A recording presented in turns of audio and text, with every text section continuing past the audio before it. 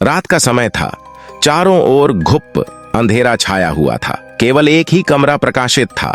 वहां 4 मोमबत्तियां जल रही थीं। चारों मोमबत्तियां एकांत देख आपस में बातें करने लगीं।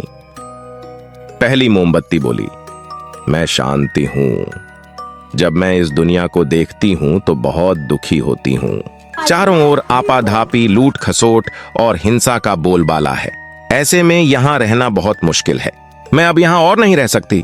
इतना कहकर मोमबत्ती बुझ गई। दूसरी मोमबत्ती भी अपने मन की बात कहने लगी। मैं विश्वास हूं। मुझे लगता है कि झूठ, धोखा, फरेब, बेईमानी मेरा वजूद खत्म करते जा रहे हैं। ये जगह अब मेरे लायक नहीं रही। मैं भी जा रही हूं। इतना कहकर दूसरी मोमबत्ती भी बुझ गई। तीसरी मोमबत्ती भी दुखी थी। वह बोली, मैं प्रेम हूं। मैं हर किसी के लिए हर पल जल सकती हूं, लेकिन अब किसी के पास मेरे लिए वक्त नहीं बचा। अब ये सहना मेरे बस की बात नहीं।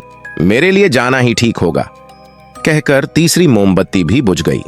तीसरी बत्ती बुझी ही थी कि कमरे में एक बालक ने प्रवेश किया। मोमबत्तियों को बुझा हुआ देख उसे बहुत दुख हुआ। उसकी आंखों से आंसू बहने लगे। दुखी मन से वो बोला, इस तरह बीच में ही मेरे जीवन में अंधेरा कर कैसे जा सकती हो तुम?